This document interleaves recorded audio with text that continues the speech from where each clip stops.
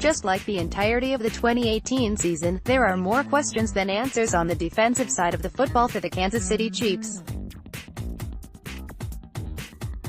With the new NFL year quickly approaching, there still isn't much out there on what route the team will take in order to fix the major problems on defense that ultimately led to their season ending in the AFC Championship game. There hasn't been any new news regarding Eric Berry's injuries, a solution for them, or if he's even capable of playing next year. Justin Houston is under contract, but that could very easily change in a matter of weeks. Dee Ford is an unrestricted free agent, but that title is likely to change with the franchise tag. How much flexibility the Chiefs do or not have will be determined primarily by those three players. Regardless of what happens to those big-ticket players, there are still short- and long-term questions at two critical positions, defensive end and cornerback. Regardless of Ford's franchise, Houston stays in 2019 or Eric Berry's contract remains on the cap. The need to upgrade both positions is important. While there are more answers at pass rush in 2019, the outlook could drastically change in 2020. Cornerback currently has the least amount of talent under contract for next season. What position should be prioritized with the Chiefs' round 1 selection?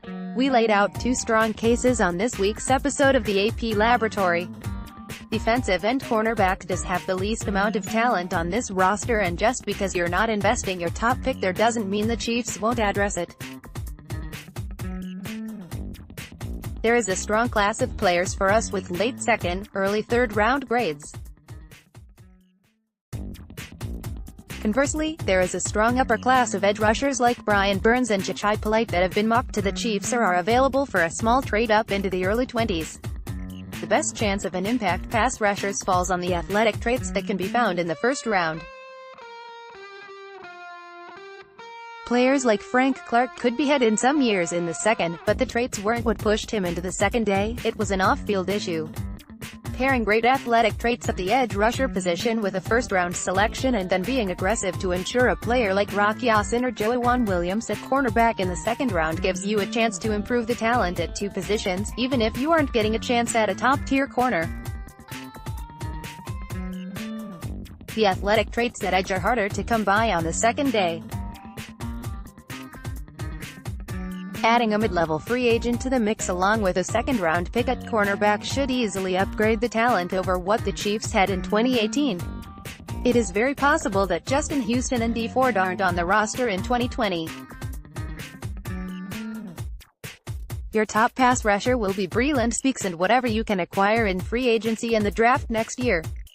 Taking a defensive end this year ensures that player has a year to develop and prepare to take on a big responsibility in 2020. If most of the pass rushers don't make it to the open market in 2020 like they appear to not be this year, it will be hard to piece it together. There are more mid-level solutions at corner hitting the market than there are pass rushers who can make an impact. Top-flight cornerbacks are equally hard to come by as the edge position, and you typically have to find one in the first round. The corner position can make a drastic jump in talent and production by acquiring the talents of Byron Murphy, Barron from Washington or Greedy Williams from LSU. Both have CB1 potential and can help solve the problems that led to third and long conversions in overtime of the season-ending loss to the Patriots. Upping the talent profile of the position could allow the pass rush to get home. The Chiefs struggled to cover for 3 seconds. A weaker pass rush might be able to bring more pressure due to major improvements in coverage. The Chiefs had one of the best pass rushes in the NFL, and it didn't matter because they couldn't consistently cover.